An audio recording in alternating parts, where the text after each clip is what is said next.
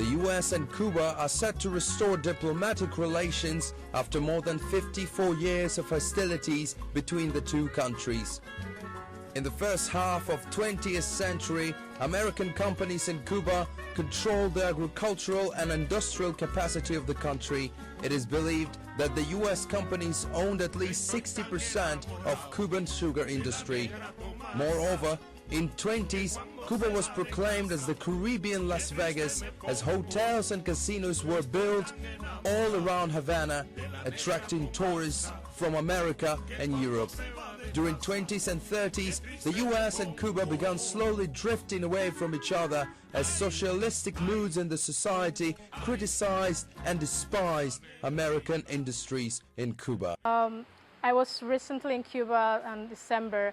A lot of people were very happy with this new situation. They were looking for changes. We've been always looking for changes for more than 60 years that we had revolution in Cuba. So basically, we are looking forward for it. But there is still some part of the government and some people that approve the government, the communism, and they are basically against that a little bit.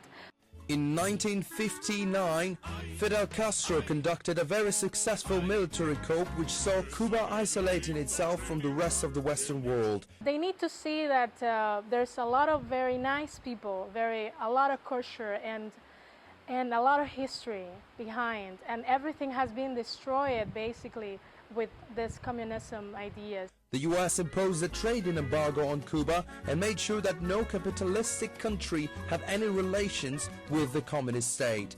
On December 17, 2014, U.S. President Barack Obama announced that it was time to begin a normalization of U.S.-Cuban relations. American government could be ready for it. I'm not sure about the Cuban government.